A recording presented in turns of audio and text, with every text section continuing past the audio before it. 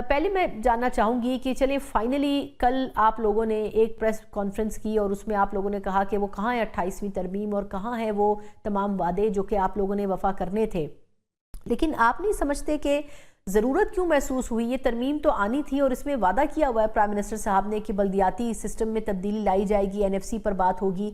अभी भी आपको लगता है कि कहीं कहीं ना कहीं कोई ना कोई चीज़ इसमें से वापस निकाल ली जाएगी?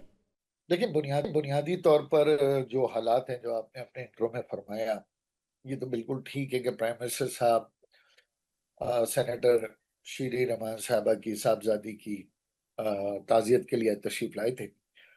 लेकिन ज़ाहिर है हमारा भी उनसे मुलाकात तय है इस्लामाबाद में। लेकिन क्योंकि वो कराची तशरीफ लाए थे, तो एक मुख्तसर मुलाकात की दरख्वास्त उनकी तरफ से आई। लेकिन मसला सारा ये कि देखें, ये जो आज से कुछ 4-5 दिन पहले जब हम ईद के दूसरे दिन हम बैठे थे, हम्म। तो मैं तो आपको याद है कि पिछले 2 माह से कह रहा हूँ कि 28वीं तरमीम भी आएगी, बिल्कुल। 29वीं तरमीम भी आएगी। और बिल्कुल मैं कहा उसके था। खदोखाल भी बता चुका हूँ। हम्म। और उसके खदोखाल इत्तेफाकी ऐसे हैं कि खित्ते में जो इस वक्त इमरजेंसी की सूरत है और पाकिस्तान का जो एक माशाल्लाह एक लीडिंग रोल है, हम्म। ईरान, अमेरिका और दीगर ममालिक के दरमियान एक बाकायदा हम एक फोकस पॉइंट है, फोकल पॉइंट है, हम्म। जो कि आलमी अमन के लिए कोशा है। लेकिन इससे भी कतई नजर के पाकिस्तान की सूरत हाल, खास तौर पर अगर और थोड़ा पीछे चले जाएं प्री ईरान वॉर पे, तो अफगानिस्तान के साथ जो सूरत हाल हमारी थी, नबरदाजमा थे। हम्म। हिंदुस्तान के साथ हमारा अभी गुज़िश्ता साल हम्म। एक हिंदुस्तान ने एडवेंचर किया हमारे साथ। हम्म। तो पाकिस्तान इन खतरात को भांप रहा था।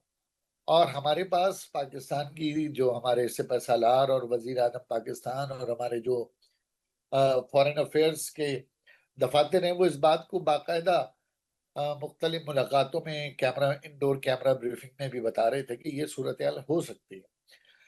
तो ऐसी सूरत हाल में यकीनन प्राइम मिनिस्टर साहब ने टाइम दिया। हमारा इस वक्त शिकवा, चाहे वो गवर्नर का हो, चाहे वो हमारी दफ्तर आने का हो, हम्म। मैं समझता हूँ वो इतना अहम नहीं है हम्म। जितना कि सब मुल्की मामलात में वजीर आजम पाकिस्तान और पाकिस्तान के जो फील्ड मार्शल और दीगर सदर पाकिस्तान समेत हमारे जो हम्म। जो ओहदेदारान हैं, इंटरनेशनल इश्यूज हैं जिम्मेदारान हैं, वो हैं। हुकूमत के अरबाब इख्तियार हैं, वो बिजी हैं। हम्म। तो 28वीं तरमीम में बड़ा वाज़ेह है कि सिक्योरिटी फोर्सेस के अखराजात के हवाले से नेशनल फाइनेंस कमीशन में सूबों को अपना हिस्सा डालना होगा।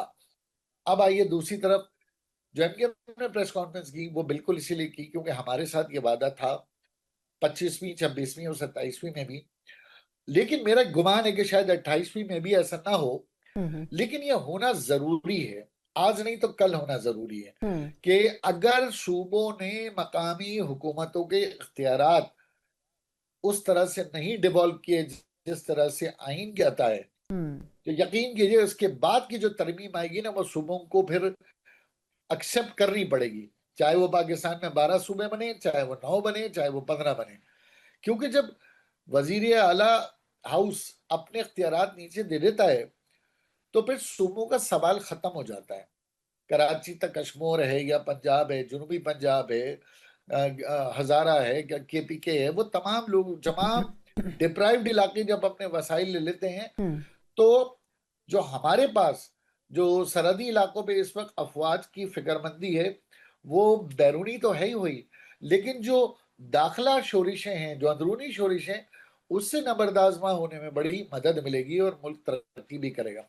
लेकिन अगर खुदा न खास्ता 28वीं तरमीम में या 29वीं में 140 से नहीं आती है, उसे अहमियत नहीं दी जाती, तो फिर पाकिस्तान की बका और सलामती के लिए फिर एक ही रास्ता रह जाएगा, वो फिर इंतजामी यूनिट है और वो बनानी पड़ेंगे।